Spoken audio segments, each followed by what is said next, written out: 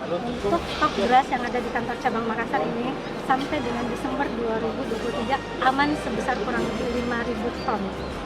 Di mana untuk Kota Makassar penyaluran bantuan pangannya hanya 400 ton per bulan kurang lebih, sehingga kalau kita kalikan 3 bulan ke depan cuma 1.200 ton kebutuhan Kota Makassar. Sedangkan cadangan Bulog yang ada di kantor cabang Makassar sebanyak kurang lebih 5.000 ton. Itu aman sampai bulan berapa itu? Aman sampai dengan akhir tahun Akhir tahun, 2023 dan akan terus kami melakukan suplai barang khususnya beras ini awal tahun, karena memang kita melihat dampak El Nino ini pasti akan terus berkelanjutan sampai dengan awal tahun 2024. Terima kasih Bu. Nama lengkap Ibu aja nama lengkapnya Bu. Carmila Hasmin Marunta. Tapi mau foto? Carmila. Sama jabatannya.